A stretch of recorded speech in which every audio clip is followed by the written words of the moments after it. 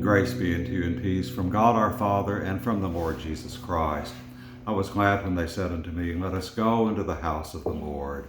I'm Father Steve Sellers, and thank you so much for tuning into my YouTube channel today for this brief daily message of hope and inspiration, and maybe a little joy on top of that. I hope your day's off to a great start and that you're recognizing and encountering the new mercies of the Lord that are due upon us every single day when we pay attention to them. And I was just playing a little song that illustrates that. This is a great hymn written in 1923, the words by Thomas Chisholm, based on Lamentations 3, verse 23. Chisholm was born in 1866 in a log cabin in Kentucky, and he was a very sick young man, and he wanted to be a pastor, and he didn't have really any formal education, and he wound up being a pastor for 1 year.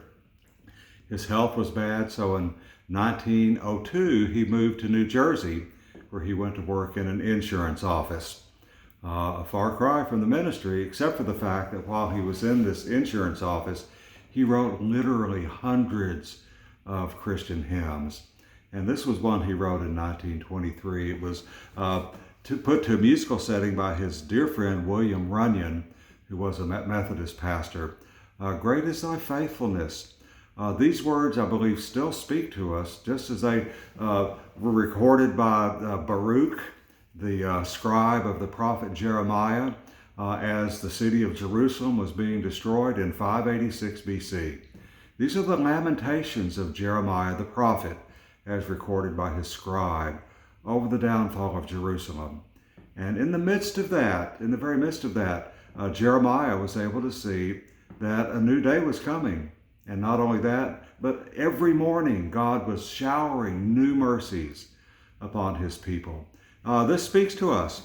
We have a chance every morning when we wake up to sort of take a deep sigh and shake our head and go, oh no, same old, bad news everywhere.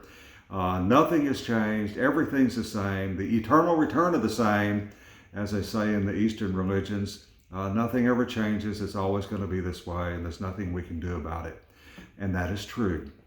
There is nothing we can do about it, but God can do everything about it. Just as Jeremiah discovered as Jerusalem was being torn apart by the Babylonians, just as Jeremiah discovered, God's mercies are new every morning. And great is his faithfulness. We can awake every day and know that God's mercies are new this day for us, that God has not abandoned us. He's still with us, and he still reigns supreme everywhere. And it's not the same old when we turn to the Lord. They're new every morning, and great is his faithfulness. And let me just close by reading that incredible passage from the Lamentations of the prophet Jeremiah, chapter 3. I'm going to start at verse 22. Because of the Lord's great love, we are not consumed, for his compassions never fail. They are new every morning. Great is his faithfulness. I say to myself, the Lord is my portion. Therefore I will wait for him. The Lord is good to those whose hope is in him, to the one who seeks him. It is good to wait quietly for the salvation of the Lord. Great is his faithfulness. His mercies are showered upon you new, even this morning, even today.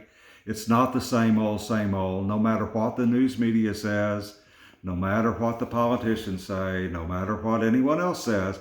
God has the final word on this. This is his day. He created it. This is the day that the Lord has made.